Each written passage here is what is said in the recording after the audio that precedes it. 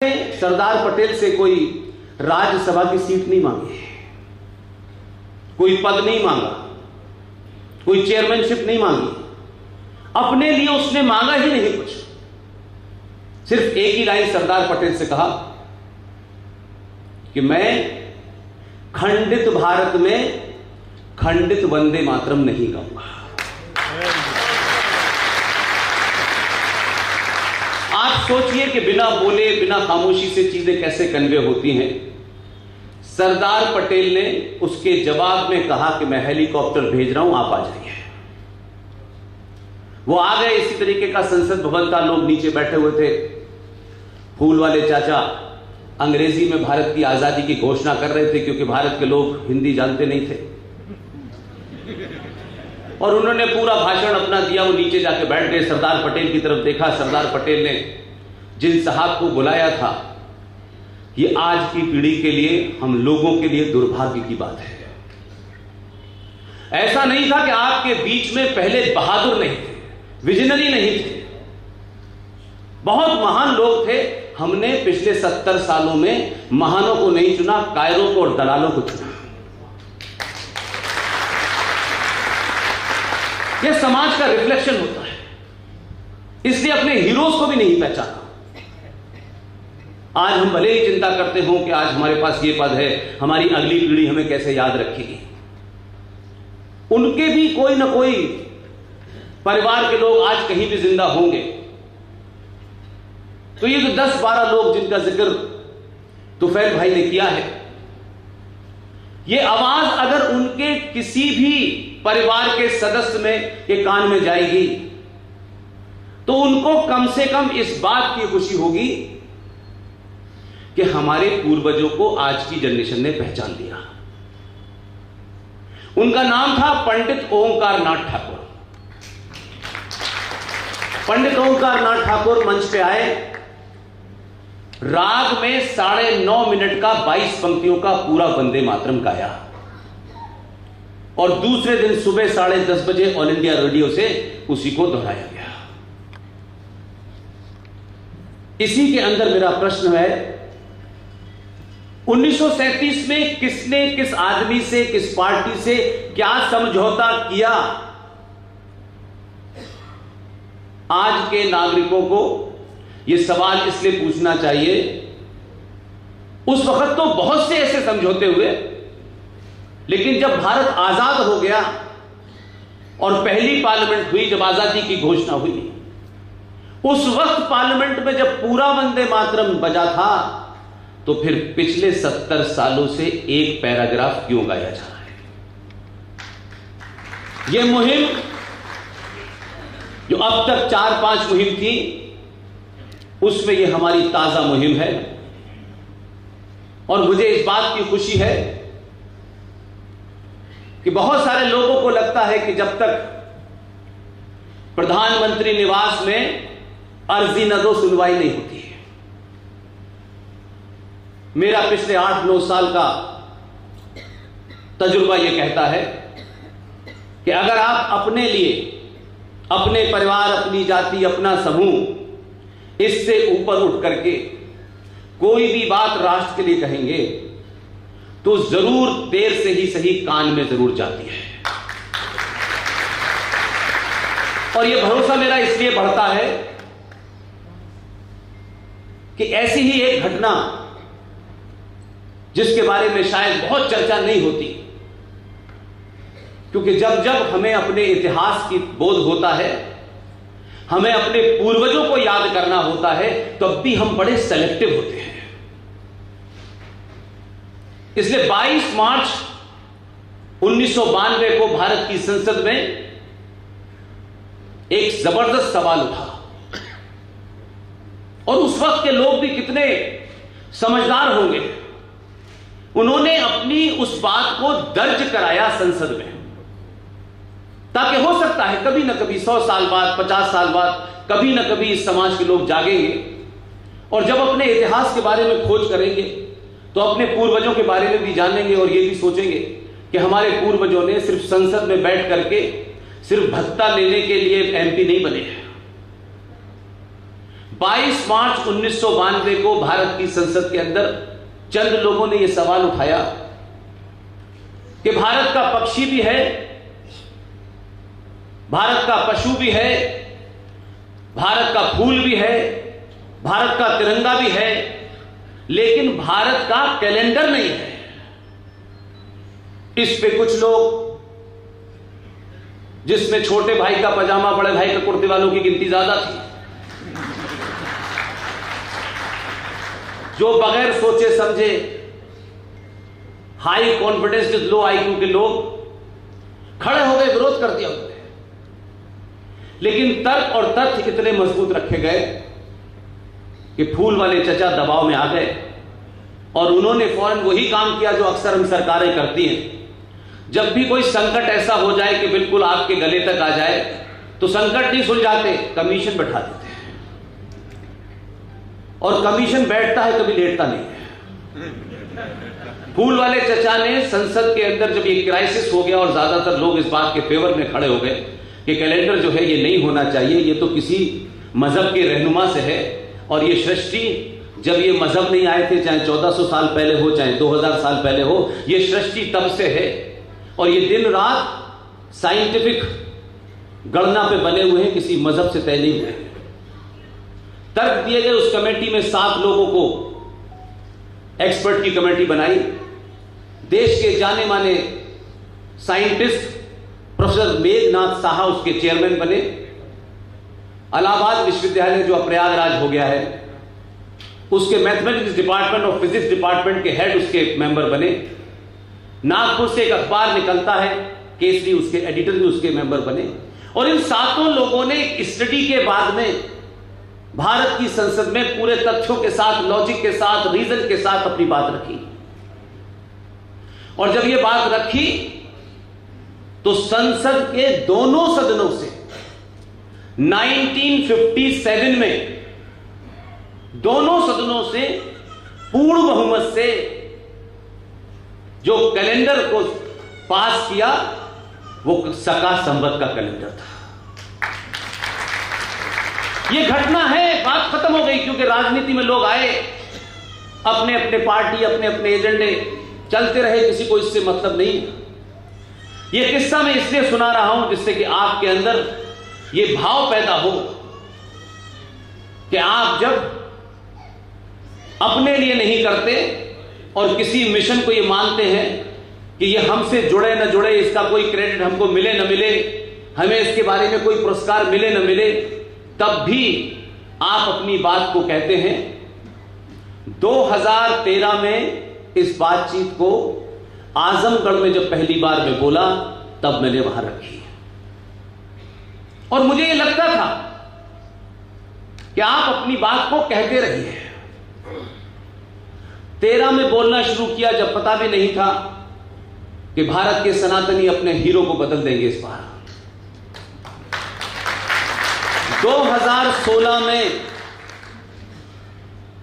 दिल्ली की गद्दी पे बैठने वाला आदमी, न हम जीवन में कभी उससे मिले न मिलने की ख्वाहिश, इसी सोशल मीडिया से इस कैलेंडर के बारे में कम से कम हर मीटिंग में, हर सभा में, हर चौराहे पे, हर पुलिया पे अपनी बात को रखा।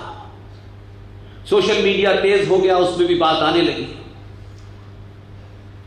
जो दिल्ली में आए हैं गुजरात से 15 साल की ट्रेनिंग लेके, वो सोशल मीडिया का मास्टर आदमी है, उसे कोई कंफ्यूजन नहीं है। जब अखबार वाले उसको नहीं छापते थे, टेलीविजन वाले नहीं दिखाते थे, तब वो ऐसे ही संवाद करता था सीधे तौर पे। 2016 में बहुत सारे लोगों ने कहा क्या बेकार का इशू उठा रखा है। हमें भी यकीन नहीं था, लेकिन हमें यह यकीन जरूर था कि हमारी बात देर सवेर किसी के कान में पहुंचनी चाहिए। हम किसी संसद के पास नहीं गए कि साहब ये हम पिटीशन देना चाहते हैं, हमने सुप्रीम कोर्ट में कोई अर्जी नहीं दी।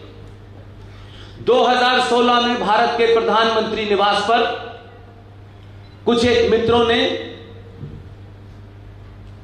स्कैन कॉपी भेजी और बताया गया कि प्रधानमंत्री ने देश के खिलाड़ियों को चिट्ठी लिखी है और उस चिट्ठी के ऊपर प्रधानमंत्री के ऑफिशियल लेटर पैड पे सका संवत की डेट पड़ी हुई है।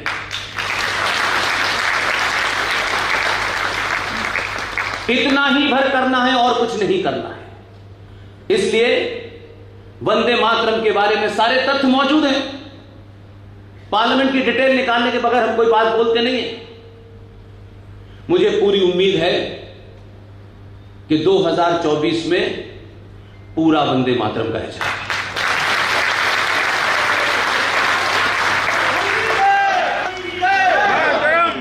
इसलिए तथ्यों को कोई झुठला नहीं सकता है।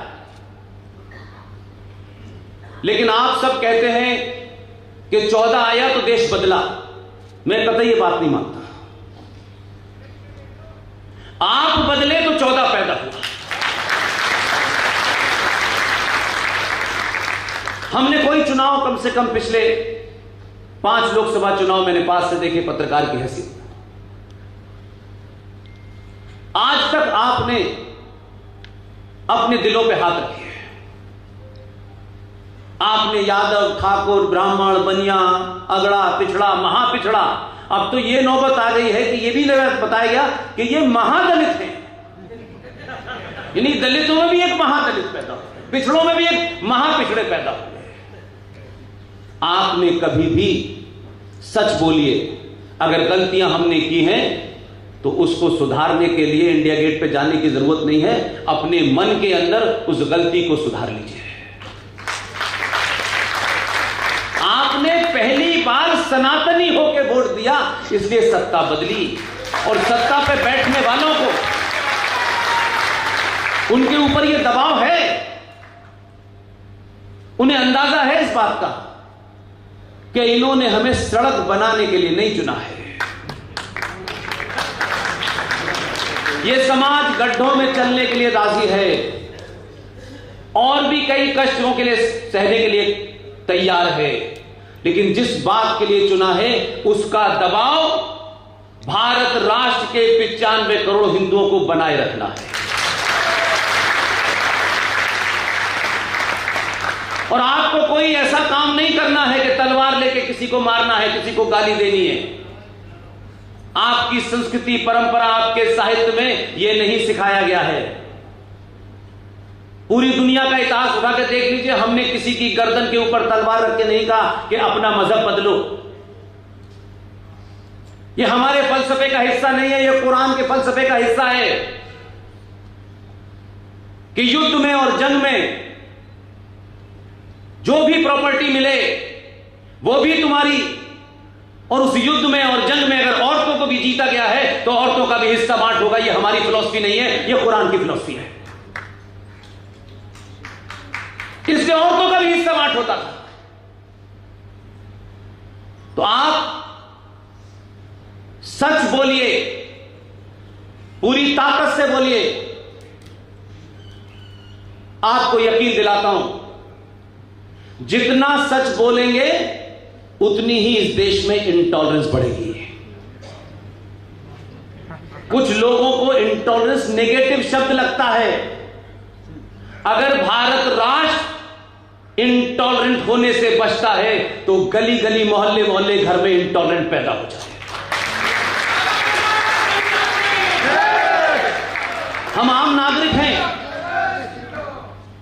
हमें छोटी छोटी सी बात पर इस देश में हर एक का अनुमोदन हम चाहते हैं। हम इस बीमारी से ग्रस्त हैं कि हम जो काम करें शत्रु उसका जब तक अनुमोदन नहीं करेगा तब तक हम महान नहीं कहलाएंगे। हमारी जिंदगी में न संविधान है, न संसद है, कुछ भी नहीं है, लेकिन हम आज भी इस 95 करोड़ सनातनियों में से मेजॉरिटी आज भी उस बीमारी से ग्रस्त है। और आप तो उस दौर के लोगों में हैं। हम खुशनसीब हैं इस बात में,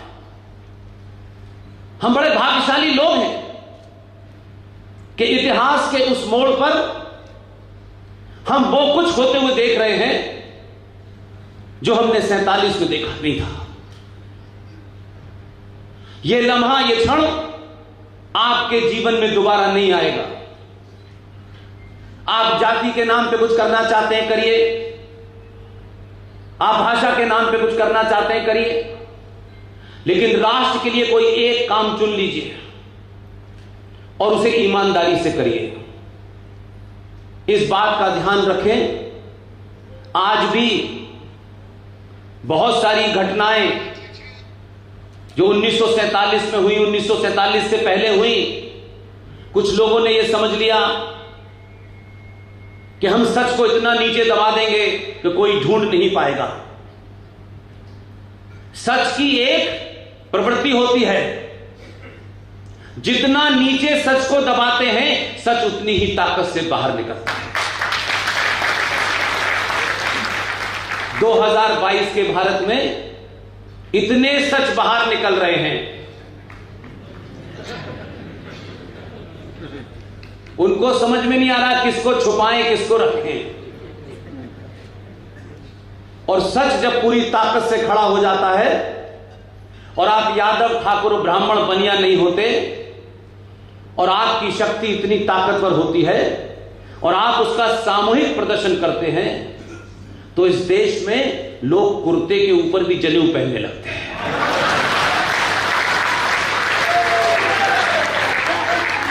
आपने किसी से रिवॉल्वर रख के नहीं कहा कि जनेऊ पहनो, आपने किसी को गाली नहीं दी, आपने अपना जनेऊ ठीक कर लिया। इसलिए लोगों की समझ में आ गया कि जनेऊ जिसने नहीं पहना वो दिल्ली में नहीं पहुंचेगा। इस शक्ति को पहचानिए। यह हमारी कायरता है, यह हमारी लालच है कि हम तमाम सारे समाज के लोग असली पुरुषार्थियों को और बहादुरों को अपना हीरो नहीं बनाते हैं।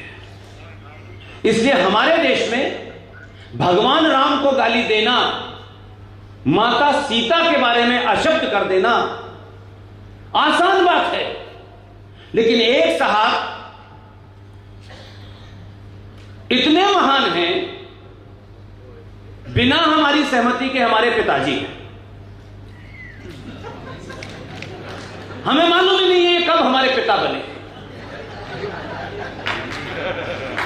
और उनके बारे में अगर कुछ कह दोगे तो जेल हो जाएगी। इसलिए सच बात को बोलिए भाई। हम उस सनातनी समाज के लोग हैं